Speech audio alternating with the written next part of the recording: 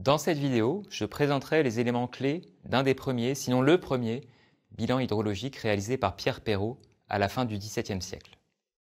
L'objectif de cette vidéo est de comprendre comment l'hydrologie est devenue une discipline scientifique à part entière, par la mesure, par l'introduction du concept du bassin versant et par l'application d'une loi fondamentale de la physique, le bilan de masse. L'ouvrage de Pierre Perrault est intitulé « De l'origine des fontaines ». Même s'il existe une incertitude sur l'auteur, comme on le voit sur ces deux couvertures signées à la main, éditées en 1674 et 1678, il semble que Pierre Perrault en soit bien l'auteur.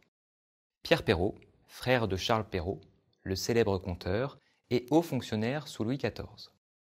Un temps chargé de la collecte des impôts, mais soupçonné de détournement de fonds, il est exilé par Colbert à Dijon et consacre la fin de sa vie à l'hydrologie. L'exil est peut-être l'explication de la non-signature de l'ouvrage qui devait être approuvé par le roi. À cette époque, deux visions sur le cycle de l'eau s'opposent. La perception la plus courante, suite aux premières théories d'Aristote reprises par Descartes, avance que l'eau de pluie ne permet pas d'expliquer toute la quantité d'eau dans les rivières, et que l'eau des sources provient principalement d'une remontée de l'eau des mers dans le souterrain par évaporation et condensation, ce qui permet à l'eau salée de s'adoucir. Quelques auteurs affirment cependant que les précipitations suffisent à alimenter les sources et les rivières, mais n'apportent pas de preuves quantitatives à cette théorie. C'est l'objectif de Pierre Perrault de démontrer cette hypothèse en montrant que la pluie suffit à expliquer les écoulements dans les rivières. Les mesures sur lesquelles s'appuie Pierre Perrault sont réalisées à Aigné-le-Duc. Aigné-le-Duc n'est pas situé sur la Seine, mais sur la Coquille, un petit affluent de la Seine. Comme Perrault parle spécifiquement de la Seine, nous considérerons que les mesures de Perrault sont faites effectivement sur la Seine à proximité d'Aigné-le-Duc. Nous prendrons la commune de Duhem, sur la Seine, comme point de mesure hypothétique de Perrault. En s'appuyant sur des mesures de pluie et de débit et sur une analyse cartographique, Pierre Perrault suit une véritable démarche scientifique. Il réalise un bilan de masse en suivant une rigueur scientifique moderne qui l'incite à bien définir son système spatialement, en explicitant également la durée sur laquelle le bilan est réalisé. Pierre Perrault délimite dans un premier temps le système sur lequel il applique le bilan de masse. À partir du réseau hydrographique et des limites représentées par des rivières voisines, il délimite le territoire lié à la rivière en assimilant ce territoire à un rectangle de 2 lieues de largeur et de 3 lieues de longueur. Il parle alors de réservoir, mais c'est bien la notion de bassin versant qu'il introduit. La délimitation du bassin versant faite par Pierre Perrault est rudimentaire. Il s'appuie sans doute sur une cartographie approximative du réseau hydrographique connu à l'époque. Afin de comparer la pluie à l'écoulement, Perrault utilise la conversion la plus importante en hydrologie, le passage d'une hauteur d'eau, aussi appelée lame d'eau, à un volume, en multipliant cette hauteur d'eau de pluie moyenne sur une année par la surface du bassin versant. L'estimation de la hauteur d'eau est réalisée en moyennant 3 années de mesure. La valeur moyenne de pluie sur ces 3 années est de 19 pouces 1 tiers, soit 523 mm. Cette estimation, multipliée par la surface du bassin versant, donne un volume de 225 millions de muis, soit dans des unités actuelles 61,6 millions de mètres cubes, l'équivalent de 25 000 piscines olympiques. Notons ici que l'utilisation d'une moyenne de pluie sur 3 années est intéressante. L'objectif n'est pas de faire un bilan stricto sensu sur une année, mais bien d'avoir un ordre de grandeur de volume de pluie à comparer à un ordre de grandeur de volume d'écoulement. La différence de pluviométrie rapportée par l'auteur permet aussi d'apprécier la variabilité naturelle du climat et sans doute les incertitudes de mesure, puisque les pluies annuelles sur les 3 années varient de 8,5 pouces à 27,5 pouces, soit 230 à 740 mm. À l'Ancien Régime, le débit était mesuré en pouces de Fontainier. La jauge de Fontainier est un dispositif hydraulique assez sophistiqué. Elle est faite d'une lame de cuivre percée d'orifices circulaires. Le diamètre de ces orifices correspond à 1 pouce de Fontainier. Pour mesurer le débit, on bouche le nombre de trous nécessaires pour que l'eau atteigne une hauteur fixée en amont. Ensuite, il suffit de compter le nombre de trous de pouces de fontainier ouverts. Un pouce correspond environ à 83 muis par jour, soit 22,7 m3 par jour. Appliquer cette mesure en milieu naturel était compliqué, voire impossible. Pierre Perrault évalue de façon très simplifiée le débit de la Seine par comparaison avec le débit de la rivière des Gobelins, aujourd'hui la Bièvre, près de Versailles, qu'il a mesuré à 50 pouces de fontainier. Il estime alors que le débit de la coquille est de 1200 pouces de fontainier. Le volume d'écoulement en muis est égal à 1200 pouces fois 83 fois 365 jours, soit 36,4 millions de muis. Inversement de la conversion faite précédemment entre hauteur de pluie et volume correspondant, on peut exprimer le volume écoulé sur une année en lames d'eau annuelles. En divisant le volume par la surface du bassin versant, on trouve alors une lame d'eau écoulée de 84 mm sur une année. Perrault obtient donc un volume de pluie sur le bassin versant de 62,6 millions de mètres cubes et un volume écoulé, sur un an, de 9,9 millions de mètres cubes. La pluie qui tombe sur le bassin versant est donc 6 fois supérieure à l'écoulement de la rivière, ce qui lui permet d'affirmer, sans aucune sûreté, que le volume de pluie tombée suffit largement à expliquer l'écoulement observé dans la rivière. Ainsi, Perrault démontre, par l'observation et par une approche de bilan de masse sur un système délimité par les contours du bassin versant, que la pluie suffit très largement à expliquer le débit. Il reconnaît aussi que les incertitudes sont nombreuses, en particulier sur l'estimation du débit de la rivière. Les estimations de Perrault montrent qu'un volume important de la pluie ne se retrouve pas en écoulement, 5/6.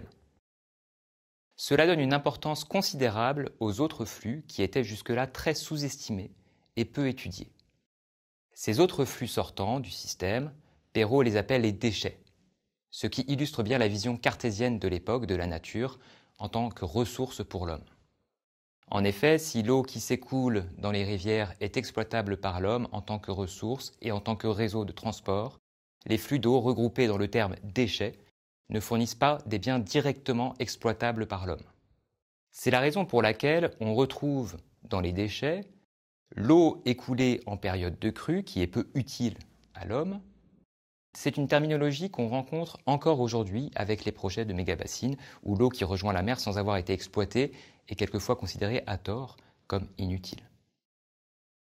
Dans la deuxième partie de cette présentation, nous reproduirons les calculs de Perrault en tenant compte des connaissances actuelles. L'objectif n'est pas de critiquer les idées de l'époque, mais d'apprécier les hypothèses faites et les incertitudes sur les mesures des différents flux du bilan hydrologique. Ainsi, nous comparerons les estimations des grandeurs clés pour réaliser le bilan hydrologique, à savoir la surface du bassin versant, l'estimation de la pluie et l'estimation de l'écoulement. Projeté sur une carte actuelle, le réservoir bassin versant, assimilé par Perrault à un rectangle de 2 lieues de largeur par 3 lieues de longueur, empiète largement sur les bassins versants des rivières voisines, à l'ouest et à l'est. Par conséquent, la surface du bassin versant trouvé par Perrault, de 6 lieues carrées, soit 118 km², est largement surestimée.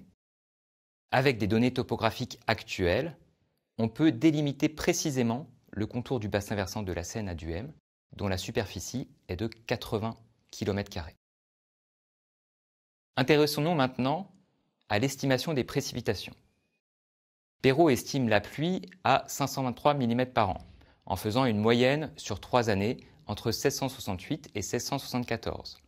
À l'époque, l'estimation des précipitations se faisait par des techniques proches des techniques encore utilisées aujourd'hui, comme les pluviomètres avec des basculements d'Auger. Les contrastes très importants entre les 3 années, de 230 à 740 mm, laissent pourtant penser à des problèmes de mesure. De même, la localisation de la mesure n'est pas renseignée et peut induire des erreurs sur la pluie moyenne tombant sur le bassin versant. Comparons ces mesures aux estimations actuelles à partir de données radars spatialisées à 1 km². Et gardons bien en tête ces questions de variabilité spatiale et temporelle. Moyennée sur les 23 dernières années, la pluie annuelle sur le bassin de la Seine à Duhem est de 960 mm. L'animation des champs annuels de précipitations permet d'apprécier la variabilité spatiale et temporelle des pluies sur le bassin versant. On constate une variabilité entre les années assez forte, mais une faible variabilité spatiale, s'expliquant par une topographie peu marquée. Les mesures de pluie qu'utilise Perrot sont nettement inférieures aux mesures actuelles. Il est impossible de vérifier la validité des mesures faites à l'époque. Disons juste qu'il est probable que la pluie déterminée et utilisée par Perrot soit sous-estimée. Intéressons-nous maintenant à l'estimation des écoulements, qui est sans doute l'estimation la moins fiable réalisée par Perrot. Perrot obtient un volume annuel de 9,9 millions de mètres cubes. Peu d'informations sont données par Perrot sur la représentativité de cette estimation vis-à-vis de la période de l'année. Il semble juste que cette estimation soit réalisée hors période de crue. Bizarrement, Perrot considère également une moyenne entre le débit mesuré en amont et en aval de la Seine, ce qui contredit le concept intégrateur de bassin versant qui nécessite de se placer en sortie du bassin versant, et donc le plus en aval possible. La Seine à Duhem n'est pas instrumentée aujourd'hui.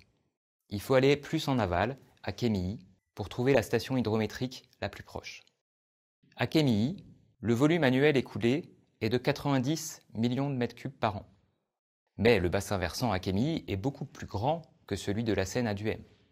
L'écoulement volumique à Duhem est forcément inférieur à celui de Quémilly, car la Seine est rejointe entre Duhem et Quémilly par deux affluents, le Révinçon et la Coquille. Il existe des stations de mesure de débit sur ces deux rivières. Une façon d'approcher la valeur de l'écoulement volumique de la Seine à Duhem est de retrancher les écoulements volumiques de la Coquille et du Révinçon à celui de la Seine à Quémilly.